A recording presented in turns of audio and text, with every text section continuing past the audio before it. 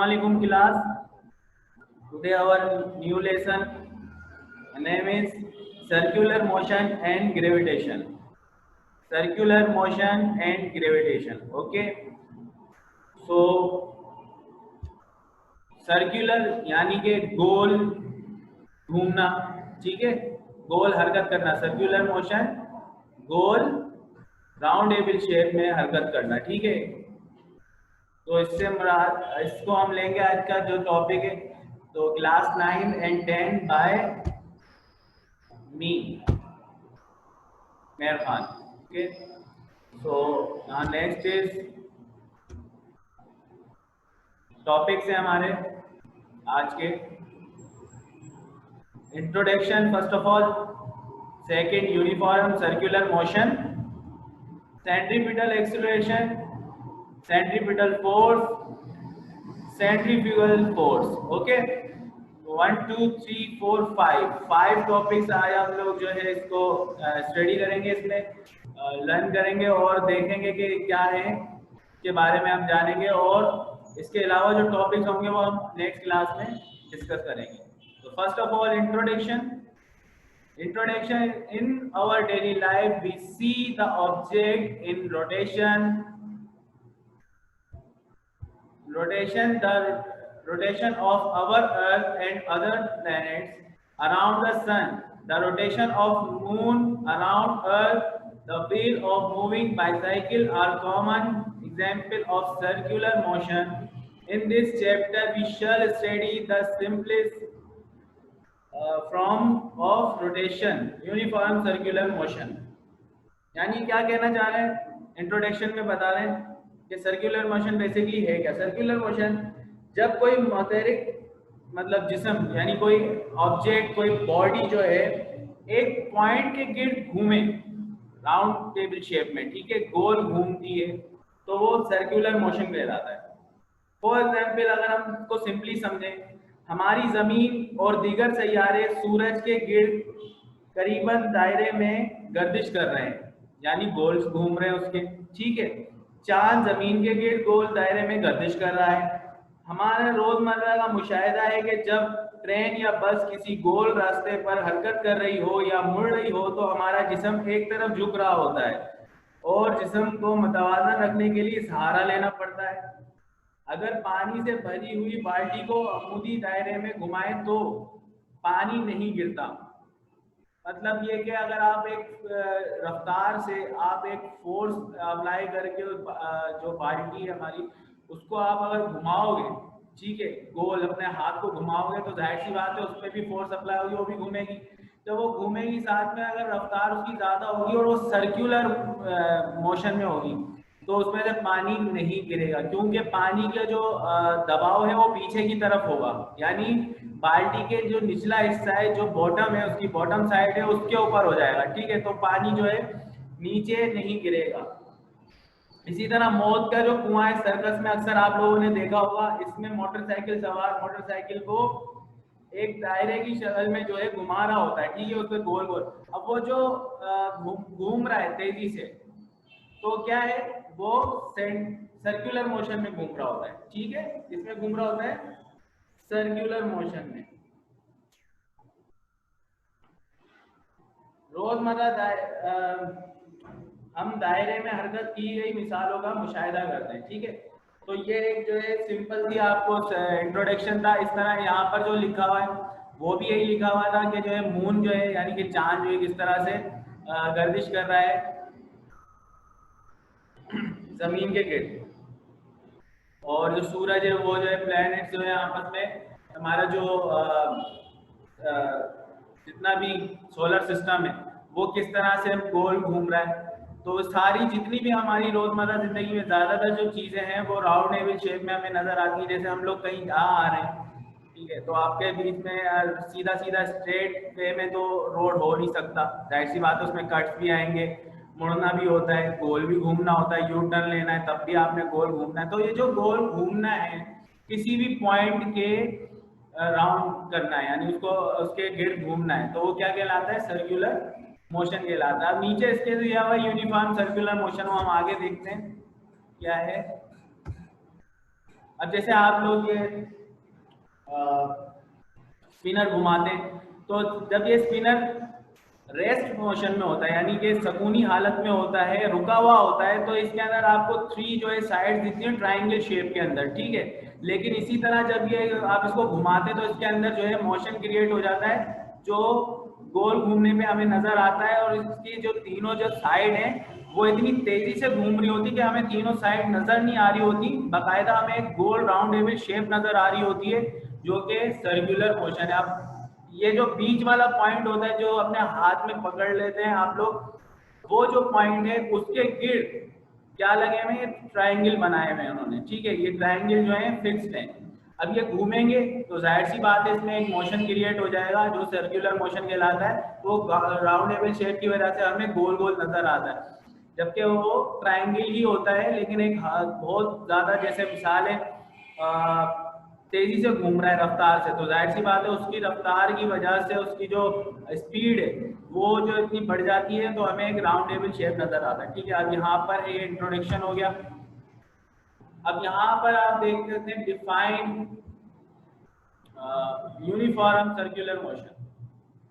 Uniform circular motion, uniform ये school में आप जो यूनिफॉर्म पहन के आते हैं वो नहीं, यूनिफॉर्म से मुराद जो है वो है एक जैसा होना, ठीक है। एक जैसा कर सकते हैं इसको, सिंपली तौर पे आप समझ सकते हो, एक जैसा यानी यकसा, एक जैसी चीज, ठीक है।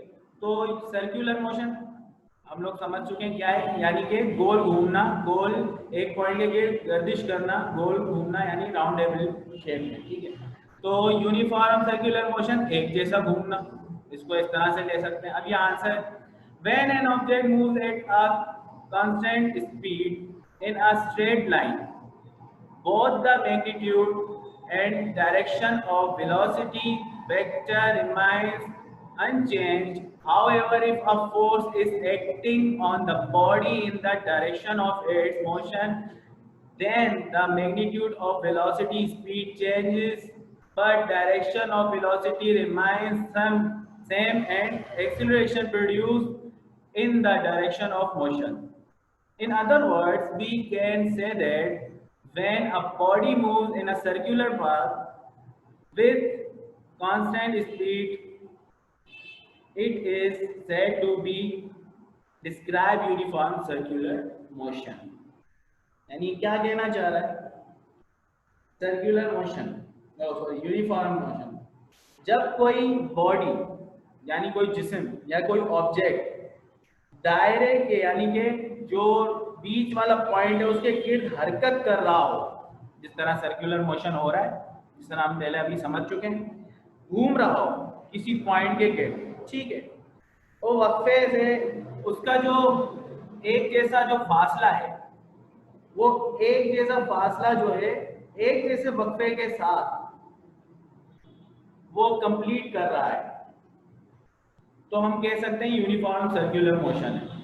यानी कि वो जो फासला है, जो डिस्टेंस है, गोल जो राउंडेबल, यानी कि अगर आप एक ए पॉइंट है और गोल घूम के आप उसी ए पॉइंट पे वापस आ जाते हैं, तो ए से लेकर B C D E F G H I J K L M N O P Q R S T U V W X Y Z आपने कंप्लीट किया है, ठीक है। ए से लेके वापस ए पर आए हैं, यानी आपने पूरा राउंड जो है ले लिया है, तो आपने एक जैसा फासला एक ही जैसी स्पीड में आपने उसको तय किया, तो वो क्या कहलाता है, यूनिफॉर्म सर्कुलर मोशन कहलाता है। इस सिंपली तौर पे आप इसको इस तरह ले सकते हैं बेसिकली। उसके अलावा जो है अगर आप और इसको देखते हैं, तो अगर ठीक है इसको, हाँ, एक इसमें वेलोसिटी का जो चेंजेस है, वेलोसिटी जो चेंज हो रही है वो इस तरह से चेंज होती है कि अगर एक जैसा फासला एक जैसी स्पीड में नहीं चेंज हो रहा, तो वेलोसिटी जो है वो भी चेंज होगी। लेकिन गोल राउंडेबल शेप के अंदर जो हमारी भी जो एक्सीलरेशन होती है वो चेंज होती रहती है। वो क्यों चेंज होती रहती है, क्योंकि हम स्ट्रेट पाथ में नहीं है, राउंडेबल शेप में हम लोग जो है मूवमेंट कर रहे हैं, सर्कुलर मोशन क्रिएट हो रहा है जिसके अंदर एक्सीलरेशन जो है तब्दील होती रहती है। लेकिन जो हमारी वेलोसिटी है वो हमारी स्पीड के ऊपर होती है कि स्पीड अगर कम होगी तो वेलोसिटी भी कम होगी, स्पीड ज़्यादा होगी तो वेलोसिटी भी ज़्यादा हो जाएगी। ठीक है जी, तो ये इस बात का ध्यान रखना है। इसको अगर हम और मिसाल से इसको समझें तो आप ये देख सकते हैं कि रानी बाग हम लोग चलते हैं, ठीक है, पिकनिक के ऊपर आप लोग गए या घूमने फिरने जाते हैं तो आपने ये झूला अक्सर देखा होगा। अब यहाँ पर ये वाला जो हिस्सा है झूले का बीच वाला, ये है सेंट्रल पॉइंट, इसको हम एक पॉइंट कह लेते हैं। ठीक है, तो ये जो पॉइंट है इसके जो पॉइंट के गिर्द रॉड्स लगी हुई हैं लोहे की बड़ी बड़ी, उसमें झूले लगे हुए हैं। ठीक है, अब ये जो झूले हैं वो एक पॉइंट के गिर्द गोल घूम रहे हैं, यानी ये पॉइंट है और इसके गिर्द जो है ये झूले घूम रहे हैं। तो ये और एक जैसा घूम रहे हैं, एक ही स्पीड में घूमते हैं। जब वो झूला स्टार्ट होता है, सही है, उसको जो प्ले किया जाता है तो वो शुरू हो जाता है घूमना, ओपन जब इसको कर देते हैं और वो आहिस्ता आहिस्ता आहिस्ता आहिस्ता बढ़ रहा है। तो जाहिर सी बात है एक झूला इसमें से कोई भी ऐसा झूला नहीं होगा जो रुक जाएगा, वो भी जाहिर सी बात है साथ साथ बढ़ता रहेगा, उसकी स्पीड बढ़ती रहेगी। उसी तरह सारे झूलों की एक साथ बढ़ती रहेगी स्पीड। तो जो एक जैसी स्पीड है एक ही टाइम पर पूरा राउंड जो ले रही है तो वो यूनिफॉर्म सर्कुलर मोशन है, क्योंकि एक जैसा है। और इसी तरह उसको रोका जाता है तो स्पीड जो है आहिस्ता आहिस्ता आहिस्ता आहिस्ता कम होती चली जाती है। तो इसको हम कह सकते हैं कि जो है ना यहाँ पर यूनिफॉर्म जो सर्कुलर मोशन है वो भी एक जैसा है, सॉरी जो स्पीड है हमारी एक जैसी है, क्योंकि अगर कम हो रही है ज़्यादा हो रही है लेकिन है एक जैसी, तो ये यूनिफॉर्म सर्कुलर मोशन है। ठीक है, उसके बाद है सेंट्रीपिटल एक्सेलरेशन। सेंट्रीपिटल एक्सेलरेशन क्या है? मरकज माइल इसरा, इस एक्सेलरेशन को हम इसरा कहते हैं। पिछले थर्ड चैप्टर में हम लोग पढ़ चुके हैं एक्सेलरेशन के ऊपर, हम लोग काफ़ी पढ़ा है यहाँ पर। उसके अंदर जो है बताया था एक्सेलरेशन को इसरा कहा जाता है उर्दू में, जो कि मैंने अभी पिछले अभी झूले वाली एग्जाम्पल में बताया कि अगर यूनिफॉर्म सर्कुलर मोशन में एक्सीलरेशन चेंज होती रहती है। तो यहाँ पर सेंट्रीपिटल एक्सीलरेशन से क्या मुराद है वो देख लेते हैं। Consider a body of mass m moving with constant speed v around a circle of radius r at any instant. The direction of velocity is directed along the tangent to the circular path as the body moves along the circumference of the circle. The direction of velocity is continuously changing. It has a acceleration. According to Newton's second law of motion, the centripetal force produces acceleration in its own direction called centripetal acceleration. It can be shown that the magnitude of centripetal acceleration is equal to the square of the speed divided by the radius of the circle. The magnitude of this acceleration AC is given by AC equal to V2 upon R. यहाँ पे upon की sign आएगी, जिस तरह नीचे दोबारा से लिख दिया है कि centripetal acceleration equal to speed, यानी v जो है स्पीड को शो ऑफ करता है अपॉन r रेडियस, यानी ठीक है। क्या कह रहा है? किसी जिस्म में पैदा होने वाला एक्सेलरेशन जिसकी सिम यानी डायरेक्शन दायरे के मरकज की जानिब हो, दायरे के मरकज की जानिब, यानी कि थोड़ा सा हम यहाँ पर आ जाते हैं पीछे की तरफ। ये जो बीच में आप पॉइंट देख रहे हैं, इन झूलों की जो डायरेक्शन है, वैसे तो वो राउंड शेप में मूवमेंट कर रहे हैं, राउंड घूम रहे सर्कुलर मोशन में, लेकिन जो इनका जो खिंचाव है, जो इनकी फोर्स इन पे अप्लाई हो रही है वो पॉइंट की तरफ हो रही है। क्यों? क्योंकि पॉइंट इनको मूव कर रहा है, पॉइंट से इक्वल जो इनको फोर्स अप्लाई हो रही है, तो अपोजिट इनकी जो फोर्स जो है नीचे की तरफ अप्लाई हो रही है। किसकी तरफ खिंचाव हो रहा है? पॉइंट की तरफ। तो सेंटीमीटर एक्सीलरेशन कहलाता है। यानी किसी जिस्म में पैदा होने वाला एक्सीलरेशन जिसकी सिम दायरे के मरकज यानी पॉइंट की जानिब होती है सेंट्रीपिटल एक्सीलरेशन कहलाता है।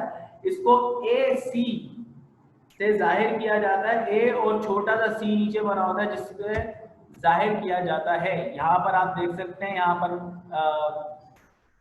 ये वाला जो सी है छोटा होगा इसके साथ में ए के बराबर में, ठीक है। जिस तरह हम स्क्वायर ऊपर लगाते हैं इस तरह सी नीचे बनेगा। यहाँ पर ए सी बराबर लिख दिया गया है, पर ऐसा नहीं होना चाहिए, ठीक है। तो यहाँ पर इसको इससे जाहिर किया जाता है। ये एक सिमती मिकदार है, यानी कि वेक्टर जो है क्वांटिटी है, और इसको एसआई इकाई मीटर फी सेकंड के हिसाब से होती है इसकी।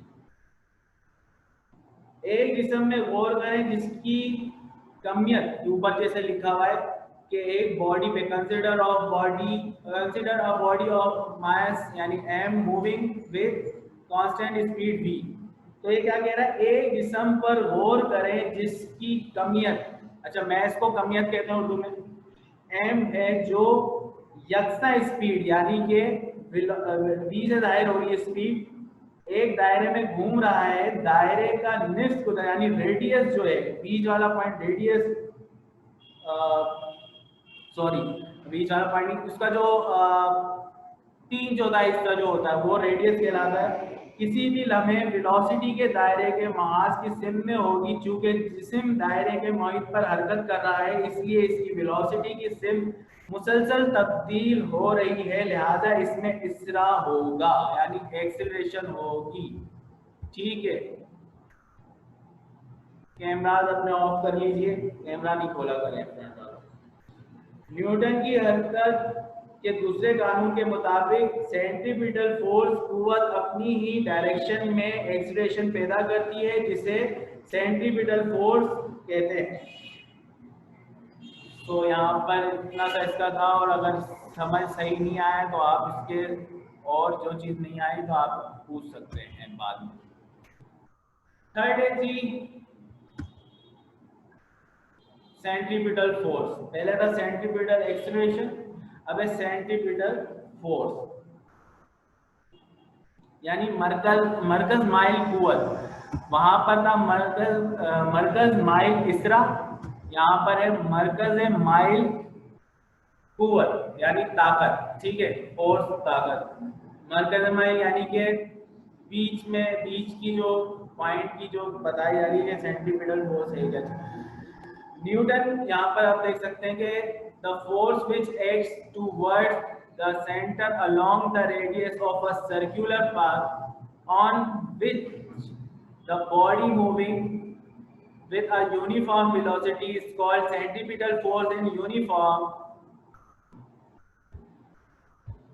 circular motion there must be a net force that must be applied to an object towards the center of a circle to make the object move round the circle, called centripetal force W. Without this force object does not move in a circular path. According to Newton's second law of motion, we have F equal to MAC. When AC is the centripetal acceleration produced by centripetal force F, substituting the value of AC is above equation, we have centripetal force F equal to mv square upon r। क्या कहना चाह रहे हैं कि Newton के दूसरे कानून के मुताबिक एक्सीलरेशन पैदा करने के लिए फोर्स दरकार होती है। बस जो राउंड टेबल जो हमारी सर्कुलर मोशन है में सेंट्रीपिटल एक्सीलरेशन पैदा करने का बाइस भी फोर्स बने। मसलन हमारे जो सोलर सिस्टम है उसमें सैयारे को जमीन के मैदान में गर्दिश करने के लिए कुव्वत जमीन की कशिश शक्ल फराहम करती है, यानी कि ग्रेविटेशन, यानी कि जो अर्थ की जो ग्रेविटेशन है वो उसको कुव्वत फराहम करती है घूमने के लिए राउंड में, ठीक है, जिसकी सिम जमीन के मरकज की तरफ होती है। बस ये कुव्वत जो है जो फोर्स है वो सेंट्रीपिटल फोर्स कहलाती है। यानी कि अगर एक चीज घूम रही है तो उसको जो फोर्स अप्लाई कर रही है वो बीच वाला पॉइंट कर रहा है, जिस तरह झूले का मैंने बताया, तो उसमें जो खिंचाव होगा वो बीच वाले पॉइंट की तरफ होगा। तो ये सारे जो फोर्स की जो बात हो रही है वो बीच वाला पॉइंट कर रहा है, उसको दे रहा है घूमने के लिए, यानी उससे कशिश पैदा हो रही है। ठीक है, जिसकी बिना पे वो कशिश क्या है, एक ताकत दे रही है उसको घूमने के लिए अपने गेट। तो ये क्या सी ताकत कहलाती है, सेंट्रीपिटल फोर्स कहलाती है, न्यूटन के सेकेंड लॉ के मुताबिक। अच्छा, अब यहाँ पर जो है एक एक्सीलरेशन जो है खुद अपना जो है पैदा हो जाता है अगर वो उसी डायरेक्शन, किसी भी डायरेक्शन में अगर एक बॉडी मूवमेंट कर रही है न्यूटन के सेकंड लॉ के मुताबिक, तो उसका जो एक्सीलरेशन है वो अपना खुद प्रोड्यूस होगा। वो देखेगा कि किस डायरेक्शन में मूवमेंट हो रही है, गोल हो रही है, स्ट्रेट हो रही है, क्या है, मतलब कट आ रहा है क्या, किस मतलब कोई भी एक बॉडी है वो किसी भी डायरेक्शन में मूवमेंट कर रही है तो उसका जो एक्सीलरेशन है वो खुद ही पैदा होती है न्यूटन के सेकंड लॉ के मुताबिक। ठीक है जी, इसमें m जो है मास को जाहिर कर रहा है, f जो है फोर्स को, और v जो है स्पीड को जाहिर कर रही है फॉर्मूला में, और r जो है जाहिर सी बात है रेडियस को जाहिर कर रहा है। ठीक है जी, आगे चलते हैं। अब सेंट्रीफ्यूगल फोर्स, वो दी सेंट्रीपिटल फोर्स, ये है centrifugal force.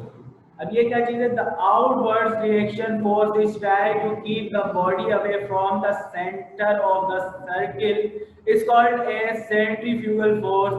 The magnitude of the centrifugal force is equal to the magnitude of centripetal force, but its direction is opposite. F equal to minus mv square upon r।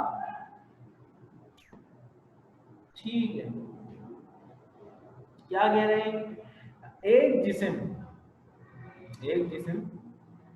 रस्सी के एक सिरे से, मैं example दे रहा हूँ, इसको सिंपली तौर पर समझ लीजिएगा कि अगर एक जिस्म, एक बॉडी रस्सी के एक सिरे से बंधा हुआ है, यानी आप यूं कह लो कि आपने एक रस्सी में पत्थर बांधा, वो एक साइड हो गई, एक साइड पे पत्थर आपने बांध दिया रस्सी में, ठीक है, और उसके जरिए हम जिस्म तक जो है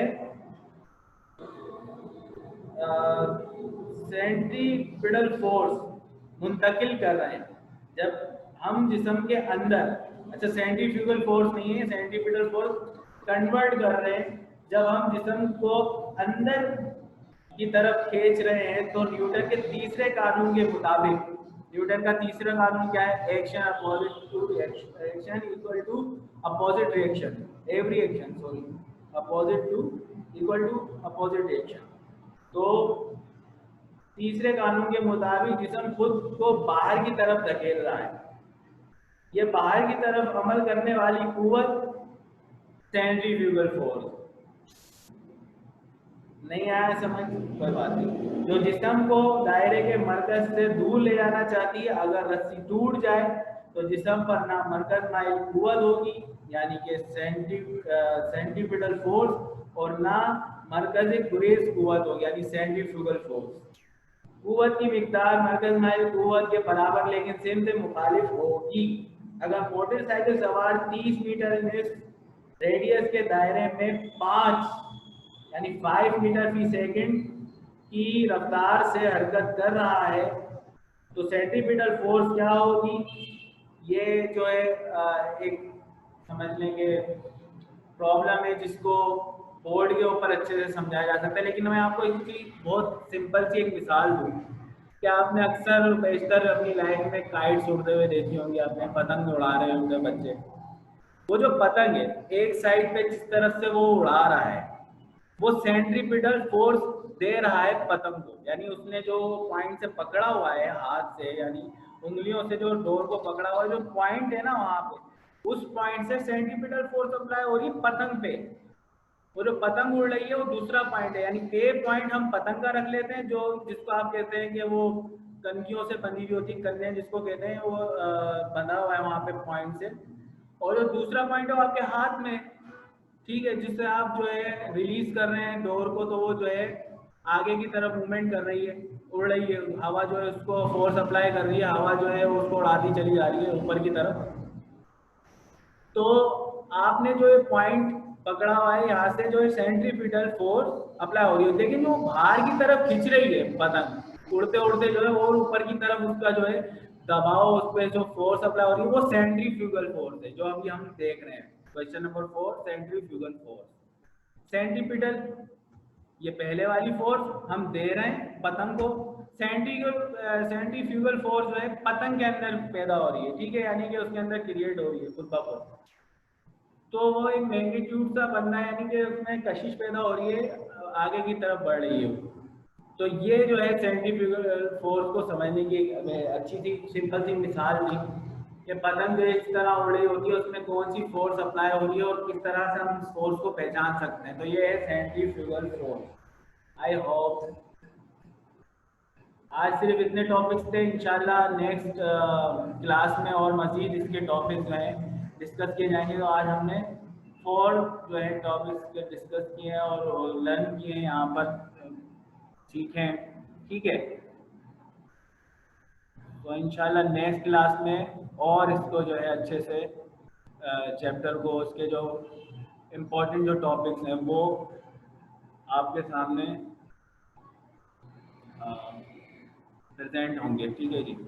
तो इसको जो वो आप मुझसे व्हाट्सएप के ऊपर पूछ सकते हैं। अदरवाइज अपना बहुत ख्याल रखें, सेफ रहें घर में। अब तो कोरोना भी इंशाल्लाह ख़त्म होने वाला है।